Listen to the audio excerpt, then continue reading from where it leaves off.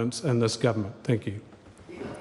I understand this is a split call. I call Clayton Mitchell. Thank you, Madam Speaker. I have to say this member across from me, Mr Smith, is a well-intentioned member, one of the nicest people in Parliament, but I have to say I think he'd be a better sleep therapist than he would be as a politician, because that 10-minute monologue even put his backbench in the gallery to sleep. Anyway, let's spark things up again. Right, here we go. This nonsense about it being a botched budget. But before we get to that, ladies and gentlemen, let's talk about what people actually care about, which is the fact that 7% of New Zealanders actually feel that they have confidence in members of Parliament and they trust us. Now, why do you think that is? And I'll tell you why it is. Because we get a constant barrage from the Leader of the Opposition, where leaking information from him to the Right Honourable Winston Peters of the build-up to the last election was acceptable. It's pretty legal.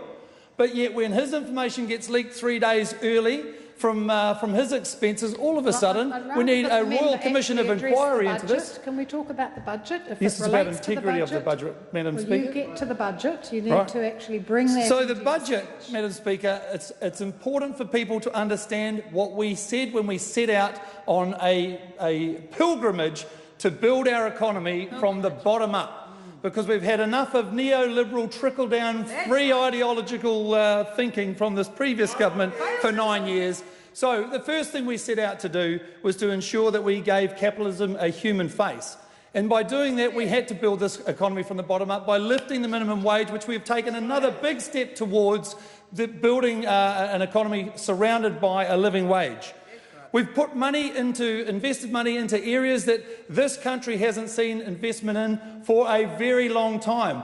10 years of neglect in our rail system now is seeing a boost, and we see the member across shaking their head saying it's not going to go far enough. It's not going to go far enough because they've had 10 years under a previous government where no money was ever funded there.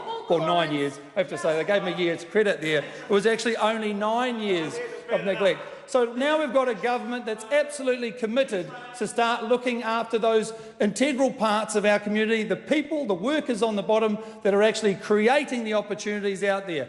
We put $300 million into the idea that we're going to have venture capital where young, emerging, innovative businesses in New Zealand can get that kickstart that they need to put that innovation in, to get it really working so we're not so reliant on international money.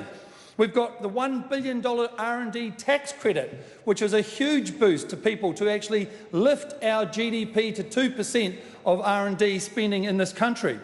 It doesn't get us away from the fact, though, that we have seen the neglect by a leader of the opposition and this royal inquiry that was being brought upon them and asking for a public execution of one of his own members for leaking information, and yet it's acceptable that the member can leak other people's information, like the absolutely unacceptable Treasury deliberate unauthorised assault on the Treasury books to release that information. Now that's the integrity that people want to see lifted. It's absolutely unethical, it's absolutely immoral what has taken place, and they wonder why on the other side, why people, the voters of this country, have had a gutful of their behaviour.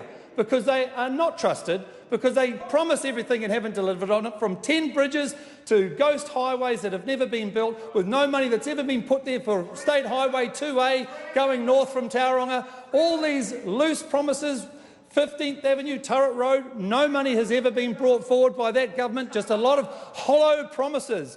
That member over there is like a sneeze looking for a mouth to shoot out of it, isn't that right, Mr King? Anyway, Madam Chair, we've got a minute left on the clock and I've still got so much more to say. We've got LSV numbers doubled under this government. These are limited service volunteer schemes. We've got out of work, not engaged in employment or training. We've doubled that from 800 to 1,600 people. But a huge amount of money, $49.9 million going into our mana and mahi to get disengaged youth out of off the couch, as my colleague over here likes to refer to, getting those neffs off the couch, giving them an opportunity, give them something to work towards, building their pride in themselves so that they can become an asset to themselves, to their families and to our country and our economy moving forward.